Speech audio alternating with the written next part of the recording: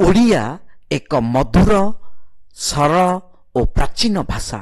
ଶାସ୍ତ୍ରୀୟ ଭାଷାର ମାନ୍ୟତା ପାଇଥିବା ଓଡ଼ିଆ ଭାଷା ବେଶ୍ ସମୃଦ୍ଧ ଓ ଏହା ଆମ ଅସ୍ମିତାର ପ୍ରତୀକ ବୋଲି କହିଛନ୍ତି ସମ୍ବର୍ଦ୍ଧିତ ପ୍ରତିଭା ବିଶିଷ୍ଟ ବ୍ୟକ୍ତିମାନେ।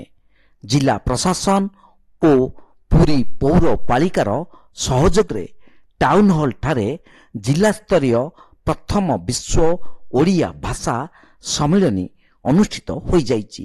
ଏହି କାର୍ଯ୍ୟକ୍ରମକୁ ଜିଲ୍ଲାପାଳ ବିଜୟ କୁମାର ଦାସ ଉଦ୍ଘାଟନ କରିବା ସହ ସାହିତ୍ୟିକ, ଐତିହାସିକ ଓ ଗବେଷକ ଡକ୍ଟର ହରିହର ମିଶ୍ର, ଡକ୍ଟର ସୁରେନ୍ଦ୍ର କୁମାର ମିଶ୍ର, ଆର୍ତ୍ତତ୍ରାଣ ଶତପଥୀ, ଗୌରାଙ୍ଗ ପରିଡ଼ା ଓ ବୀରେନ୍ଦ୍ର କୁମାର ମହାନ୍ତିଙ୍କୁ ସମ୍ବର୍ଦ୍ଧିତ କରିଥିଲେ।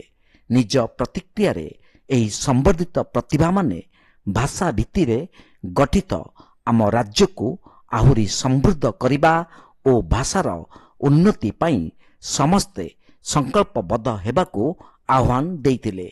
ଆମ କଳା, ସଂସ୍କୃତି, ପରମ୍ପରା, ଚାଲିଚଳଣି ସବୁଥିରେ ଆମ ଭାଷାର ମହାନ କୀର୍ତ୍ତି ଲୁକାୟିତ ଅଛି। ଏହାକୁ ପରିପ୍ରକାଶ କରିବା ସମସ୍ତଙ୍କ ଦାୟିତ୍ୱ ବୋଲି ସେମାନେ ମତବ୍ୟକ୍ତ କରିଥିଲେ।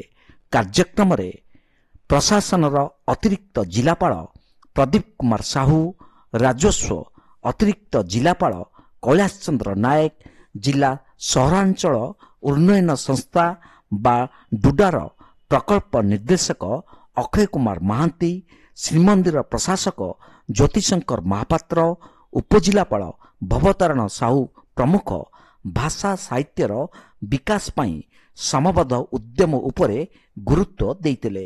ଏହି ଅବସରରେ ପୂର୍ବରୁ ଅନୁଷ୍ଠିତ ବିଭିନ୍ନ ପ୍ରତିଯୋଗିତାର କୃତି ପ୍ରତିଯୋଗୀଙ୍କୁ ଅତିଥିମାନେ ପୁରସ୍କୃତ କରିଥିଲେ।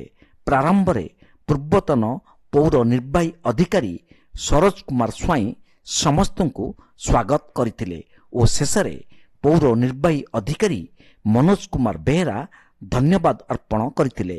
ଏହି ଅବସରରେ ଓଡ଼ିଆ ଅସ୍ମିତା ରଥକୁ ଜିଲ୍ଲାପାଳ ଉଦ୍ଘାଟନ କରିଥିଲେ। ଏହା ପୌରାଞ୍ଚଳ ପରିକ୍ରମା କରି ଓଡ଼ିଆ ଭାଷା ସମ୍ପର୍କରେ ସଚେତନତା ସୃଷ୍ଟି କରିବ।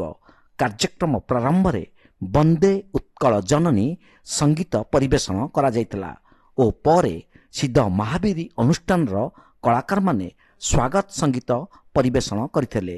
ଶେଷରେ ସାଂସ୍କୃତିକ କାର୍ଯ୍ୟକ୍ରମ ପରିବେଷଣ କରାଯାଇଥିଲା। ପ୍ରତ୍ୟୁଷରୁ ସହରର ବିଭିନ୍ନ ସ୍ଥାନରେ ଥିବା ବରପୁତ୍ରମାନଙ୍କ ପ୍ରତିମୂର୍ତ୍ତିରେ ମାଲ୍ୟାର୍ପଣ କରାଯାଇଥିଲା। କ୍ୟାମେରା ପର୍ସନ ରବି ଜେନାଙ୍କ ସହ ସୁଧାଂଶୁ କରଙ୍କ ରିପୋର୍ଟ, ତୀର୍ଥକ୍ଷେତ୍ର ଲାଇଭ୍।